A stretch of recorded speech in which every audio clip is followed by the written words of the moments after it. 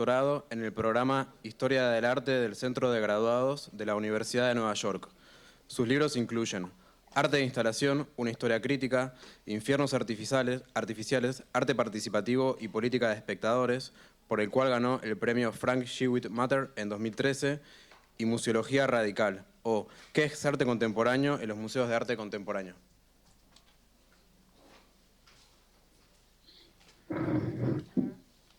Okay, am I on? Are we here? Are we starting? Okay, hello everybody. Hello Buenos Aires.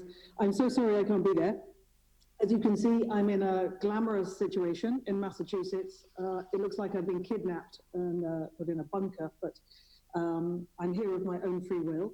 I have not put up a sign of my first slide with my name and the title of my talk, because I'm assuming you have it in a leaflet, and because this stuff is more important, and because the situation here in the US is horrible at the moment.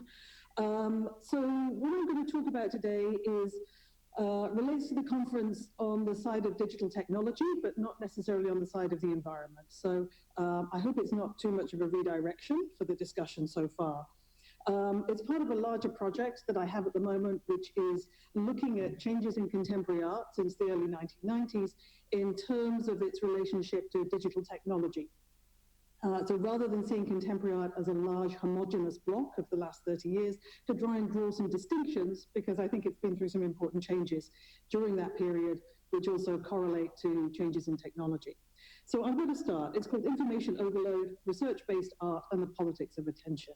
And I have not included labels accompanying each image, telling you who the artist is or what you're looking at, because what I want to draw to your attention is more a set of protocols of presentation and aesthetics, rather than the specific details of which artist made what.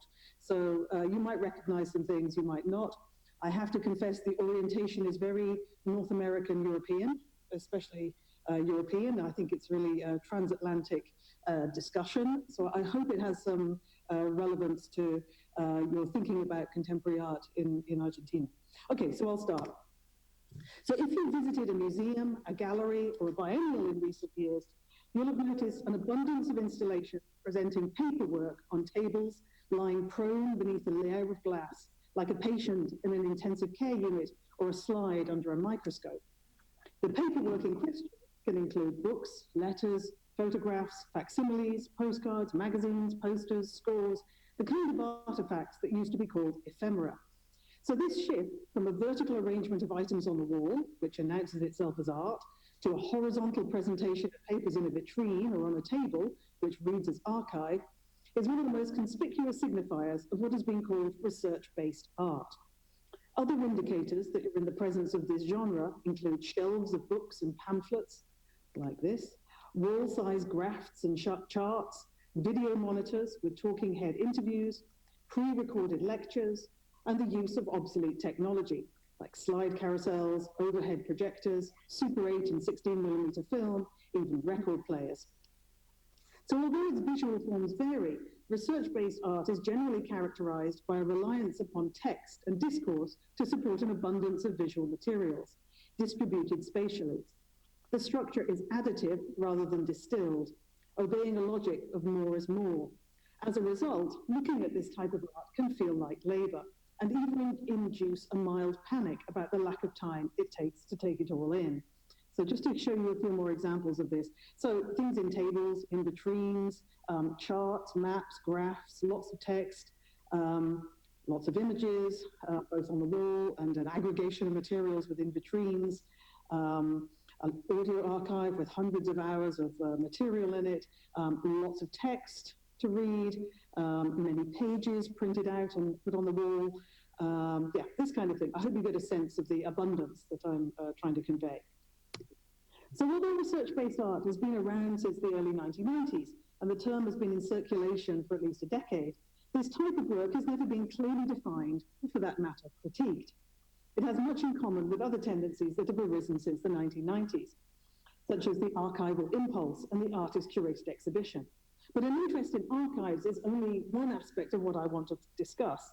The bigger picture around research-based art poses questions around the management of information, the insecure status of the image, in that it needs to be backed up by text, the academicization of contemporary art, and the contemporary constitution of knowledge. So the bulk of the literature on artistic research, which are these kind of books, has arisen in the context of practice-based PhDs in Europe. And this has resulted in a slew of anthologies presenting examples of visual art, performance, and theatre programs. So what follows today, I want to do two things. Firstly, I want to look closely at this work and chart three major phases since the 1990s that run in tandem with developments in digital technology. And secondly, I want to discuss the reconfiguration of attention that this work allows us to monitor. I want to argue that research-based art exhibits both a resistance to and an internalization of internet logic. In other words, despite being critical of corporate values and algorithmic biases, as expressed through an embrace of idiosyncratic and minor histories, for example, this work is nevertheless inextricably tied up in the extension of consciousness that is the internet search engine. So in the longer version of this paper, I discuss three art historical genealogies for research-based art. The first would be the growth of captioning to accompany photodocumentary, from Lewis Hine, here on the left, to the FSA photographers in the 1930s, through to Alan Sekula, David Goldblatt, or Taryn Simon. The second genealogy is the film essay, and this would run from Hans Richter's theorization of the film essay in 1940 through filmmakers like Chris Marker, the Black Audio Film Collective in the 80s, or Haroon Farocki, and of course up to someone like Hito Steyl. And then the third genealogy is, of course, conceptual art, especially the interdisciplinary work of artists from the 1970s. Artists like Mary Kelly, dealing with psychoanalysis, or Susan Hiller, engaging with anthropology, and paradigmatically, I think, Hans Hacker. So what all of these three genealogies, the captioned photodocumentary, the film essay, and conceptual art, all have in common is an interdisciplinary orientation and a tendency to present research in a linear fashion. A series of images on the wall, or in books, or as a time-based narrative, or as a serial installation, right? So there's this seriality and linearity that characterizes the precedents for research-based art. So then, I want to argue that a break with this linearity arrived in the early 1990s. Research materials migrated from the walls and onto shelves and tables where they could be seen in any particular order. And moreover, they could be consulted by an audience. So this rupture placed the viewer not as the recipient of a message, a decipherer of a code, a subject to be enlightened, or a potential activist, but as a fellow researcher. René Green's installation, Import-Export Funk Office from 1992, is an unusual example of this genre, unusual in that it's a forerunner, it's very prescient. It explores the reception of African-American hip-hop in Germany and takes the form of metal shelving units filled with books, magazines, and photographs relating to African diasporic culture, bohemia, and subculture, all of which were borrowed from the German critic Diedrich Diedrichson, who was also extensively interviewed for the project, which you can see here on one of the monitors. Green's video recordings total over 26 hours in length and can be consulted by viewers, as can her audio recordings. So import-export is a rupture with previous models of artistic research because it combines original and pre-existing materials, and because it positions the viewer as someone who could explore the fragments, synthesize them together, and potentially even use the material for his or her own research. You see here on the left, there's a little box called data with white gloves, implying that the viewer can become their own researcher. You can go through the archival materials yourself. So this positioning of the viewer as co-researcher differentiates Green's installation from both the photo-documentary tradition and the administrative aesthetic of conceptual art. Import-export generates a new hybrid category of research-based art, part archive, part installation, part exhibition display. It can be considered a bridge between previous models of artistic research in the 1970s and the emergent model of research-based art in the 1990s. In common with the 1970s model, it shares an engagement with contemporary culture rather than looking backwards at a historical topic, and it includes the artist's own primary research. But it also augurs later work in the 1990s in its aggregation of pre-existing materials, books, texts, newspapers, photographs, and in leaving the viewer to decide what conclusions to draw. In 1995, René Green launched a version of import-export as a CD-ROM. arguing that the spatialization of research implicit in the installation could be more easily consumed via digital hyperlinks than in the gallery, where viewers never seem to have enough time. This insight, made in advance of widespread use of the internet, points to a distributed model of knowledge that has since become the norm. Rather than using an authorial voice to insert information into a new system, this would be the Hans Hacker model, knowledge begins to be understood as networked, collaborative, and in process. The hyperlinked network, in short, offered a compelling alternative to mastery. So for artists like Green, this aversion to authorial mastery was not a response to network technology, which in 1992, after all, was still only on the horizon, but was rather a result of encounters with post-structuralism, feminism, and post-colonial theory in the 1980s, all of which critiqued linear history as implicitly masculinist and imperialist. So accordingly, while import-export assembles an original constellation of ideas, no specific narrative is offered, only the raw materials that could be used for building an argument.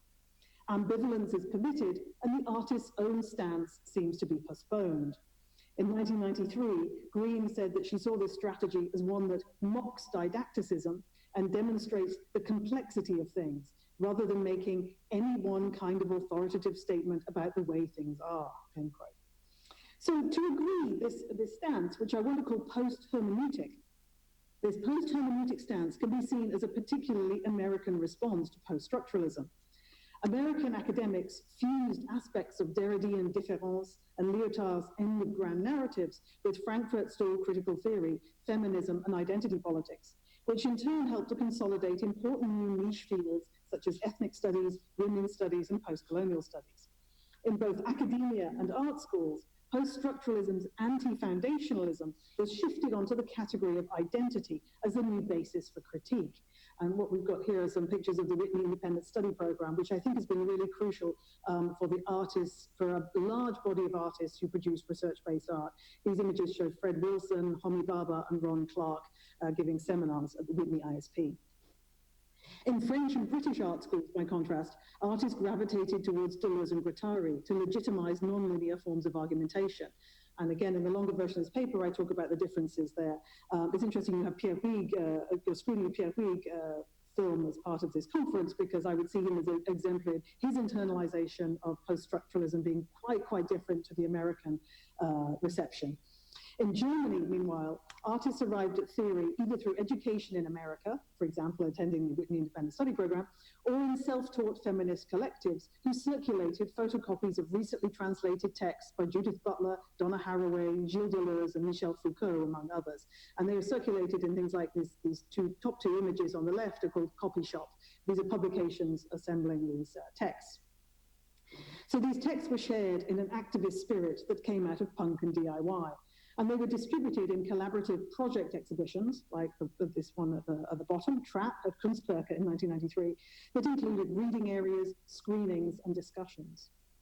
So the first phase of research-based art in the 1990s then is characterized by an enthusiastic use of new media, by collaborative interdisciplinarity, and a tendency to view the work as a public resource. In addition to Green's import-export, we could also cite works by the Center for Land Use Interpretation, a generation of 90s German and Austrian artists like Ursula Biemann, Marion von Osten, or Oliver Ressler, and interdisciplinary collectives such as Multiplicity and Bureau d'Etudes. Artists undertook their own primary research around a given topic, often in the form of interview or graphic displays, and disseminated this fieldwork on new media interfaces, including wall projections, interactive monitors, and websites. The resulting multi-directional audiovisual environments tended not to follow a particular line of argument that would propose a conclusion, but preferred to immerse the viewer in multiple perspectives.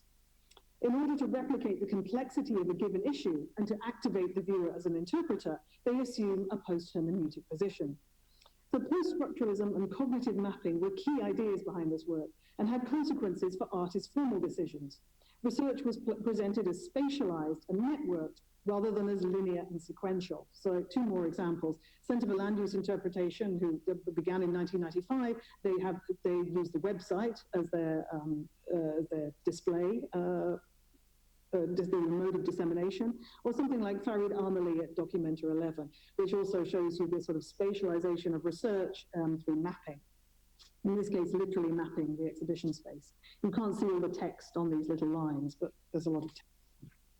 So while the second phase of research-based art overlaps chronologically with the first, it isn't characterized by the same enthusiasm for new technology, but instead it reacts to digital media by rejecting it. One indicator of this is the fascination with dead technology, following the replacement of VHS by DVD in 1997. Almost immediately, celluloid film, 35mm slides, and even overhead projectors obtained a new lease of life. This was quickly followed by a fascination with archival ephemera like analog photographs, postcards, typewritten letters, and eventually even faxes. This rejection of high-definition video and the plasma screen in favor of obsolete technology is less remarkable, however, than its accompaniment by a turn towards narrative. In works by, for example, Tacita Dean, Matthew Buckingham, Mario Garcia Torres, and Andrea Gaia, analog images are supported by a narrated soundtrack, extensive captioning, or a monotone pseudo-academic lecture. In the most striking examples, there's a return to individualism and interiority, and markedly less interdisciplinarity. The center of gravity tends to be art history, as in Mario Garcia Torres' work. The mode of inquiry is at times indulgently subjective, and the resulting work could be seen or argued to be a privatization of research. In 2004, Hal Foster influentially described Tacita Dean's work, among others, as having an archival impulse, which he defined as a paranoid desire to make connections between disparate points and a will to connect what cannot be connected. What he didn't mention was that the technological enabler of this connectionist mentality, the internet. I would argue that the links made by artists are less a result of an unconscious pathology, an archival impulse, than an internalization of the apparatus through which this research is conducted. As Mario Garcia Torres observes, my pieces are very impersonal narratives that have to do with sharing my own experiences, desire, or interest in a specific history. He continues, the internet is always my first point of contact with a subject, and many times it leads me to investigate things in a less methodological way, a richer way. It situates normal people, everyday people, at the same level as books and official sources. The internet is present all the time, and I don't blame it for often being wrong. I like it. What better way to divert an investigation towards something contradictory or further from the truth? It's there that one finds relations that potentially become something interesting in the weaving of a new way of telling a story. I don't know what... Oh, God. Sorry, I've accidentally put on Siri. Let me stop. So, in other words, the second phase of research-based art, the cold uniformity of the plasma screen interface, is discarded in favor of more erratic media. But artists have already internalized the internet as a way of undertaking research. The will to connect what cannot be connected is just an automatized repetition of browsing from hyperlink to hyperlink, updating a trajectory that goes back to the flaneur, to surrealism's objective chance, or the derive. So then the third phase of research-based art can be characterized as fully post-internet. Not an embrace, not a reaction to it, but its total naturalization. It abandons even the desire to make links in favor of what David Joslet has described as aggregation, the selection and configuration of relatively autonomous elements that embody entirely different values or epistemologies. He argues that aggregation captures the asynchrony of globalization, while reflecting what he calls an epistemology of search. Artists no longer undertake their own research, in other words, but download, assemble, and recontextualize existing materials. What we have then is a conflation of research and search. Research is online searching. So one feature of this is the treatment of pre-existing image archives as already made, as found in the work of Akram Zaatari or Luke Fowler, Carol Bove, or Taryn Simon. Another is lengthy captioning, like Simon Starling, Jan Vo, or Cameron Rowland. The feature most, yes, I wanted to mention this as well. What you have then with these works using pre-existing archives is that their arrangement on the wall actually looks like a Google image search, just replicated up on the white wall. But the trajectory I'm mapping, that I think is most relevant to the story I'm trying to tell, is a Pinterest aesthetics in which the vitrine aligns with the desktop. And my prime example of this is the work of Wolfgang Tillmans, who since 2005 has been exhibiting a grouping of slim wooden tables displaying images and articles culled from newspapers and magazines, alongside his own photographs and ephemera. Most of the articles are drawn from online sources, digitally printed and placed along everyday items like lottery tickets, leaflets, or bus tickets. The work began with 16 tables, but there are currently over 30, with items being swapped in and out from exhibition to exhibition, depending on current affairs. There's one table about soldiers and war, he said, in 2010. I also have some images of airlines and the experience of flying, and there's one about Americans' attitude to food. The work is called Truth Study Center, implying that viewers must establish their own concept of truth amid the different and opposing positions presented in Tillman's array of cuttings. You can see an array of images here. So the Tate website has an online visualizer of this work where you can click in on different articles and read them. On this particular table, cuttings about fake news, American politics, and habitable planets sit next to photographs of the environment, dewdrops on a green leaf, an oceanscape, abstract forms made by running a blank sheet through a printer, a photograph of a sinking cargo ship, and a crisp packet. These materials are laid out in a somewhat aleatory fashion. The arrangement of the articles and photographs doesn't seem to have an underlying logic, but form the visual analogue of a word cloud in which a general impression is conveyed rather than a specific set of relationships. Truth Study Center reflects on the end of an authoritative news media due to the internet, but equally seems to be a symptom of this demise. The work's inhabitation of an internet consciousness is reflected in its instability of content, updated or refreshed for every exhibition, which in turn promotes a type of rapid reading familiar to us from the daily online activity of browser. So the printouts come to lie beneath the glass then like a touchscreen. So the characteristics of research-based art in the present decade, the outmoded interface, a hyper-subjective link, the desktop aesthetics, all have in common a troubled relationship to knowledge. They're hesitant to draw conclusions and create an atmosphere of research, a sense of being immersed in data, in the middle of it, and unable or unwilling to get on top of it, even if this were possible. One reason for this, I'd like to argue, is that the technology is so central to the production and circulation of these projects and its restructuring of attention, both for the artists making this work and the viewers who see it in exhibitions. We've already felt for some time now the difficulty of consuming ever larger exhibitions as a result of the biennial boom of the 1990s. The need for attention triage in such exhibitions has become particularly endemic since the turn of the millennia. Documenter 11 famously included over 600 hours of video, which a viewer could only see if they stayed there for the full length of the 100-day exhibition. And more recently, Documenter 14 last year dumped numerous historical archives without any sense of narrative or guiding chronology into these vitrines. And the kind of the uniformity of this method of display, I think, was really surprising. Again, there's no way to there's no attempt to construct a narrative or guide the viewer through these materials. But I think the expansion of exhibitions on the one hand is important. Also, of course, what I'm not mentioning is the growth of PhD programs in fine art, which is a very big thing in Europe and especially in the UK. But I want to focus here on the larger context of visual saturation, which lies closer at home with attention economics. Human attention is viewed as a perishable commodity that advertisers need to seize in the form of clicks on their products. Information isn't lacking. What's scarce are the limited reserves of human attention that make sense of it. In art of the 1960s, text denoted a rigorously cognitive, anti-aesthetic attitude. Today, by contrast, the presence of text has the connotations of spectatorial labor. Reading online requires new degrees of effort in order to deflect our eyes from interruptive ads, banners, and pop-ups that compete for our focus. This context of perceptual exertion doesn't disappear when we encounter large amounts of text in an exhibition. This is more likely to be experienced as a continuation or exacerbation of information overload, rather than as a sensory reprieve from it. So for spectators, this has, I think, two consequences in terms of how we consume this work. So on the one hand, we find ourselves accelerating our reading. We skim to get the gist. Studies using eye-tracking technology note that web pages are typically read in an F pattern. A person reads the first 2 or 3 lines across the page, but as the eye travels down the screen, the scanned length gets smaller. And by the time the bottom of the page is reached, the eye is traveling in a vertical line aligned with the left margin. So the worst location for important information on a web page is the bottom right-hand corner. The same researcher who devised the F-pattern theory has also noted that on the average web page, viewers read at most 28% of the words. 20% is more usual.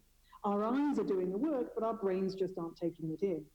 The more text there is to process, the less we actually absorb, the faster we hit our attention ceiling. So skimming is one response. The other is sampling. Dipping into one vitrine, table, web archive page, or display, and studying it in the hope that a fragment will offer sufficient understanding of the whole. Sampling is understood here in the scientific sense, what a researcher does when a data set is too large to be analyzed in full. A subset is selected for analysis, results are inferred, and then generalized back to the larger unit, i.e. population. So this is arguably the only reasonable way you can experience research-heavy installations within a reasonable time frame. And it perhaps explains why so much of this work is based on modular repetition, such as all the tables in Tillman's installation. The artist doesn't expect us to digest all the material on display, just to sample a few dishes. Time-pressured curators and art world professionals have, of course, long preferred this option. I recall a friend telling me with some dismay a few years ago when he was visiting an archive with a documenta curator who pulled out a box at random and declared the content sufficiently interesting to include in her exhibition. Yet for visitors unwilling to skim or sample, information overload can be alienating.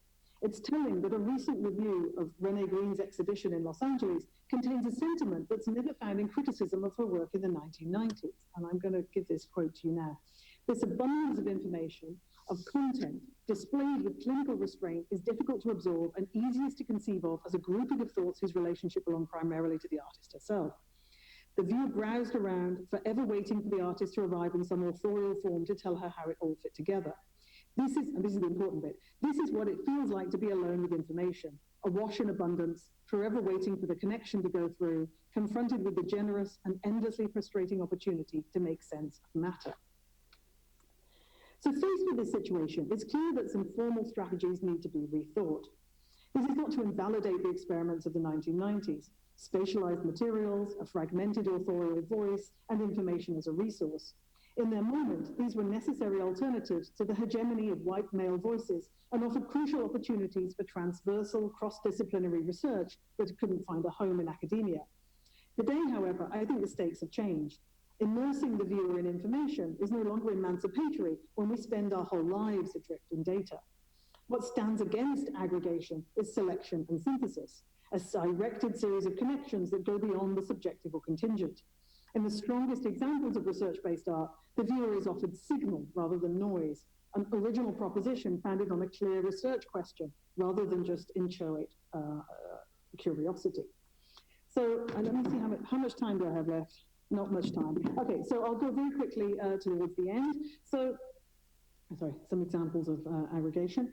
So artists who manage to synthesize ideas and images in original research are rare. One, I think, is Walid Raad, whose live performance and audio guide for Documenta 13, and then its weekly repetition at MoMA in 2050 come to mind. So this is, he calls this a walkthrough, a term he prefers to a lecture performance, and it stems from his ongoing research since 2007 into the history of modern and contemporary art in the Arab world and the proliferation of museums in the Gulf region. But part of this research comprises an investigation into artist pension trust, which is what is shown here on the left. Walid Raad stands in front of a large flickering network diagram of his research into artist pension trust and his discovery that it's connected to military intelligence in Israel. But this discovery is not delivered as a kind of denunciation in the militant fashion of the 1970s. You could imagine a Hans Hacker version of this would be much more denunciatory. Instead, it's told as a narrative, as a parable that reflects on the impossibility of purism today. So he delivers a very engaging lecture that is an unfurling story of neoliberal finance, the application of risk management strategies to the art world, paranoid internet research, his sense of over-Googling the Israeli owner and his employees, and then eventually going to find this Israeli owner and being completely disarmed by his charm and beauty. And he's embarrassed to be told by the subject of his investigation, please don't tell me that you're one of these naive, left-wing, head-in-the-sand pontificators who actually think that a cultural, technological, financial, and military sectors are not and have not always been intimately linked. So he eventually comes to internalize this position. So what I want to say about this project is that Raad manages to have his cake and eat it. He subjectively relays his process, objectively reveals and critiques, but he also acknowledges the need to generate other ways of telling the story. And one of these modes is precisely the seductive narrative. The other is self-deprecation, like, why would I even bother making a work about this? It's so obvious. And a further one is the artist's insertion of himself as a kind of multiple personality narrator who comes across as both a kind of a serious, rational political economist, on the verge of a conspiracy theorist, maybe like also an investigative journalist, and also as completely deluded or lunatic. So by the end, we're not sure if the speaker's resignation to the kind of pointlessness of this research really does reflect the beliefs of Walid Rad, or whether it's a sly ploy to make us think more critically in all directions. Now, of course, Walid Rad is a very obvious example to end on, especially for an academic like myself. Academics love Walid Rad's work. So I'm going to also include an artist from an older generation, the Egyptian artist Anna Bahigian, and this installation called The Salt Traders from 2015, which is a suite of drawings, paintings, collages, photomontage, arranged in 144 frames. And it deals with the global history of salt, from Alexander the Great to ancient Rome, to Gandhi's pacifist salt march in 1930, and the recent economic crisis in Greece. So, of course, when I describe it like that, it sounds like a Wikipedia entry. But what makes the installation so memorable and so moving is that this history has been visualized through sketched portraits, jittery lines, pools of color. And she also places the past in disturbing juxtaposition with the present, which is something you don't find often enough, I think, in research-based art. So, for example, here on the top frame, we have an angry, painterly scrawl about the history of slavery and human trafficking, which sits above a gallingly bureaucratic printout listing the names of people killed by police in 2015. So I'd like to argue that this internalization and processing of these historical events is markedly opposed to the presentational protocols of research-based art, in which books and archives are conventionally presented as ready-mades. Bahigian's installation evidences extensive reading and travel to the sites in question, but she synthesizes this into a sensorial overview. Throughout the Salt Traders, images and words are punctuated by empty frames filled with organic materials like sand, salt, or honeycombs that offer moments of emptiness, silence, and opacity. So, I think what she, like her more digitally oriented younger colleagues, Bahigian's thinking is non-linear, but it's not unstructured. It's a poetic and critical journey of visualized historical connections. So, the conclusion. So, in conclusion, from the 1970s through to the 1990s, artistic research changed from linear to rhizomatic, from authored to collective, from interpretative to post-hermeneutic. Research materials migrated from the walls onto screens and vitrines, and migrated horizontally, or onto tables and shelves. From the 1990s to the 2010s, however, there's a further shift in tandem with the hegemony of the internet, from propositional to aleatory, from counter-public to individualist, from transdisciplinary to art historical, and from primary research to ready-made archive. A shift in spectatorship can be mapped onto these developments, from the viewer as co-researcher to the viewer as browser, from researcher's cognitive opposition to spectacle to conformity within a context where information overload is the norm. In the early 1990s, artists were attracted to distributed models of presentation for worthwhile reasons, to work collaboratively and collectively without synthesizing research into a spectacular image or a privileged authorial voice. Today, the distributed model has become an expedient gesture that anchors research in a privatized yet non-committal authorship. It often trades on the aura of past artifacts and analog technology, less as a way to challenge the contemporary apparatus of information management than to insist upon its unreliability. Whereas the works of Rad and Bahigian, by contrast, demonstrate that interpretative syntheses need not be incompatible with a decentered subject, and that an unforgettable story image can also be a subversive counter-history. Thank you for listening. Sorry that was very rushed at the end.